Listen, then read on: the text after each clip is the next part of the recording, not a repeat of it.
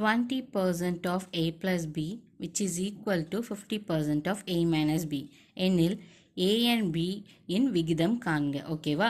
So இந்த நம்ம கொடுத்துருக்க கொஷின் இதில் வந்து a and b இது ரெண்டோட ரேஷியோ கண்டுபிடிக்க சொல்லியிருக்காங்க.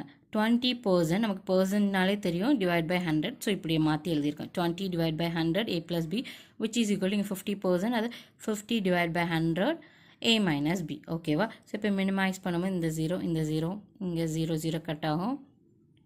1 2 is 2, 5 2s are 10, 1 5 is 5, 2 5s are 10. ஓகேவா? So 1 by 5 a plus b, 1 by 2 a minus b இருக்கா. இப்போ இந்த 2 கொண்டு இங்கே மல்டிப்ளை பண்ணுங்கள், இந்த 5 கொண்டு இங்கே மல்டிப்ளை பண்ணுங்கள். அப்போ இங்கே 2 a plus b which is equal to 5 a minus b இப்படி வருமா.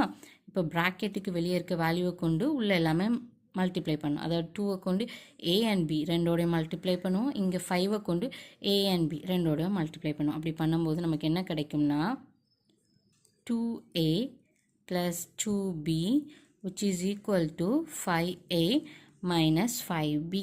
ஓகேவா?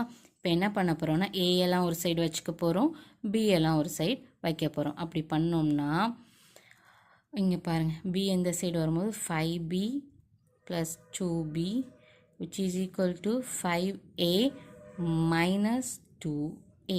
ஓகே, இப்படி பண்ணும்போது நமக்கு என்ன கிடைக்கும் அப்படின்னா 5ஐயும் 2 ஆட் பண்ணும்போது 7b which is equal to 3a இப்படின்னு கிடைக்குதா.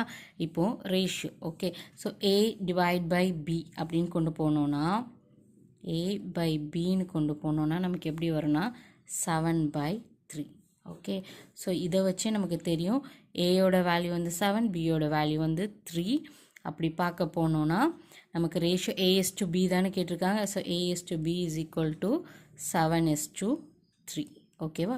ஸோ நம்மளோட ஆன்சர் வந்து ஆப்ஷன் A 7:3.